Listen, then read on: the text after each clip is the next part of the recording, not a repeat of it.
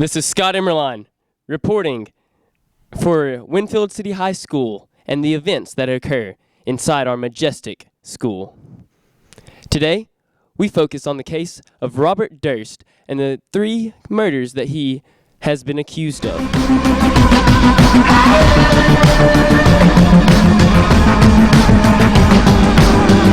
The Jinx, The Life and Deaths of Robert Durst spotlights Robert Durst, heir to a New York real estate empire, accused of 3 murders over 30 years, brilliant, reclusive, and the subject of relentless media scrutiny.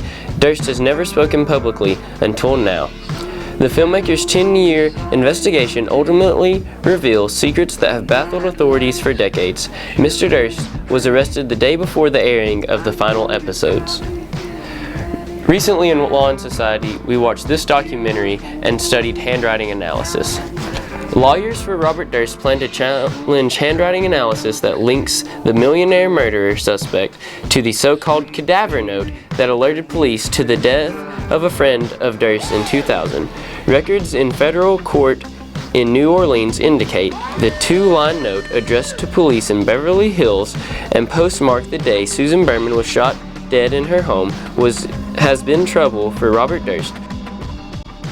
The block letter script looks like the scrawl Durst used in a note to Berman and other correspondents. Robert Durst is a very unique individual, and he has criminal history all throughout his life. Committed 3 murders of his wife, his neighbor, and his other neighbor in Galveston, Texas. And all 3 cases are very hard to prove and have been going on for quite some time. Handwriting. Usually to analyze someone's handwriting, you need some information they've wrote on or a document, many of them. Someone's handwriting develops into their own personal style the more and more they tend to write. Someone's handwriting style may evolve differently depending on who they are taught to write by, such as in elementary school, students are always taught to write boldly, but over time the more a person writes, they either get bored or it just develops into their own style. The difference between style characteristic and individual characteristics of handwriting is style characteristics students are taught by the teachers, are usually copied from a workbook, and the individual characteristics is how they evolve over time, and it's usually what they want it to look like. This is the examples of the handwriting analysis test that we both took. According to the website, they said I was practical and economical. I don't know how true that is, because I'm pretty practical, but... According to my test, I remain cool and calm in most situations and don't tend to overemphasize anything. Apparently we both love taking initiatives. So did Robert Durst really write both notes? We believe he did. Here, obviously you can't tell is the actual letter to Susan Berman. His handwriting's so important because it was like determined whether or not it was his or not. For the record, Robert Durst simply fell and accidentally cut his neighbor into pieces. I'm sitting here with Morgan Snow, a senior at Winfield City High School, and what was the question? Hey, Mom. I'm sitting here with Christopher Kimbrell, young man studying at Winfield City High School, and I would like to ask you, throughout history, Robert Durst has got away with 3 suspected murders, and he's been a fugitive for many years on the run. But he's also stolen a $6 sandwich when he had $350 in his wallet. Is this man, in fact, a genius or an idiot? Well, Scott, I do believe he's a genius. Obviously, for getting away with 3 murders, you have to be very smart. He is, however, crazy. I think he's very crazy to have all that money and steal a $6 sandwich. Any further remarks or regards? Yeah, I got one. Hey, Mom. I'm sitting here with Morgan Snow, and she believes that Robert Durst, in fact, wrote both of the letters incriminating himself prior to the upcoming Susan Berman case. And her thoughts on that are...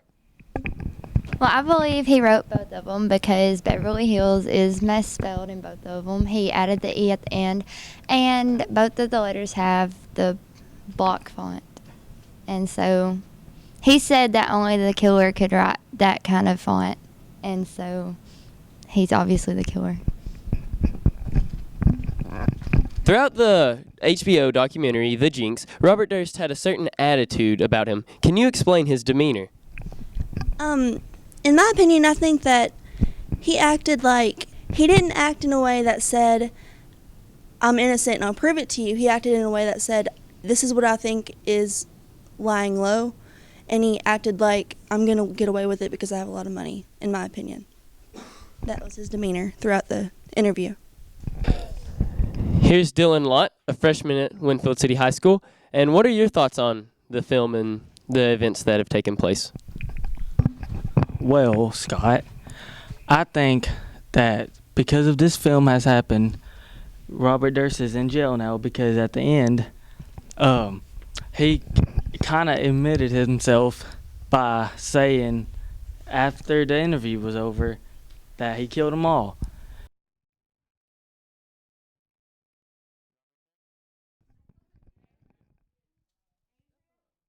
Should Robert Durst receive the death penalty?